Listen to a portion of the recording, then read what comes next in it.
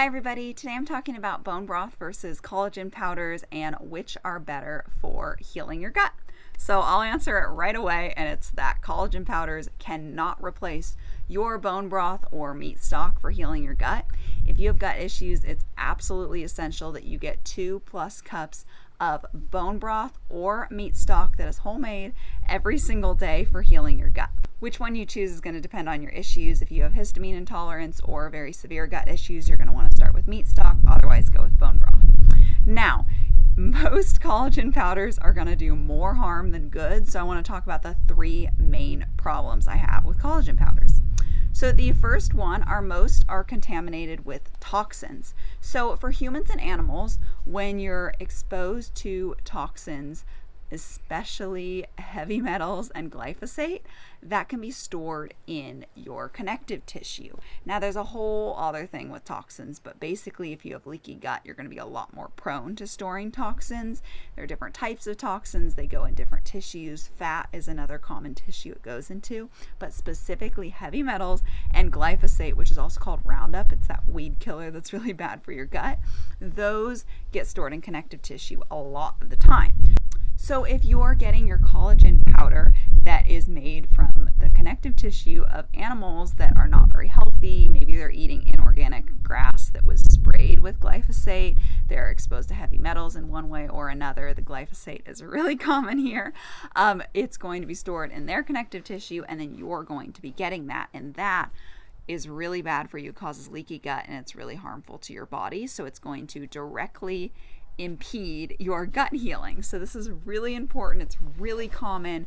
It's not talked about a lot. The big solution here is just to make your own meat stock or bone broth. You can control all the ingredients. You can make sure they're really good quality. So I recommend that you use high quality meats, bones, connective tissue, whatever you're using. Chicken feet is my favorite. You definitely want to get organic here because you want to avoid any glyphosate. And then you also want to just get good quality, the best quality that you can. So that's going to be helpful. You can use organic veggies in it. You can use filtered water to make your broth. So when you make it yourself, you just have a lot more control over the quality.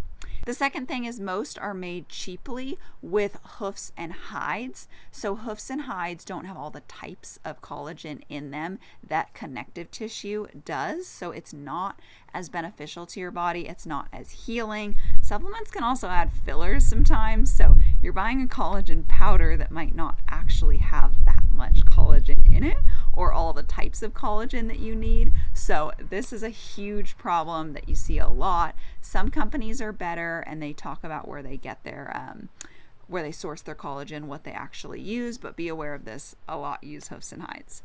And then the third problem is just it's a processed product. It's the same thing with protein powder. It's just so much better to get it in your diet. It's more reliable. It's a whole food instead of some processed food. And you just don't know with the collagen powders what went into that whole process. You have a lot less control over that, so it's not going to be as healthy or as safe as a choice.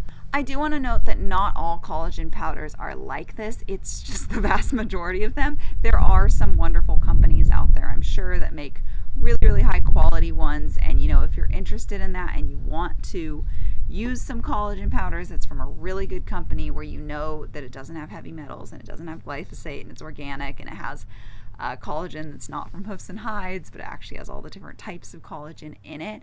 If you want to have that, that is fine. It's not that bad. It's the same with protein powder. Most are terrible, but there are some companies that make really good quality ones out there. I still always say that food is better. If you want a little bit of either of those, though, it's fine to have. It can't replace it. You can't go, I'm having collagen powder, so I don't need bone broth. Like, you still want to have your bone broth and meat stock. What I do personally is I have 2 cups of homemade bone broth every single day, and then you can get collagen in from extra sources. So I do bone and skin on chicken is probably the most common. Sometimes I'll have oxtail. Every once in a while I'll have a marrow bone or some slow cooked meat, something like that. But yeah, so that's what I recommend for collagen. I was excited to talk about this because I get this question a lot, and I see all of those collagen supplements every time I go to the grocery store, and it makes me kind of sad how much they rip people off. And collagen is so important for healing your gut. It's an incredible nutrient, but it's so easy to get from food when you make your own bone broth and meat stock, and that is how a lot of supplements go. A lot of them are like this, where it's marketed as like, this nutrient is the best in the world, and it's like, yes, this nutrient is amazing and you can get it from food, and it's really not hard to get from food. So if you want to hear more about my thoughts on supplements and the unspoken downside of a lot of supplements, I just made a video on that, so I'll link it up above and down below if you want to check it out. Yeah, so I recommend you make your own bone broth or meat stock, and I have a video on how to make both. I have recipes on how to make both, and I will link them on the screen in just a second, and I will link them down below as well. Thank you so much for watching, and I'll see you in the next one.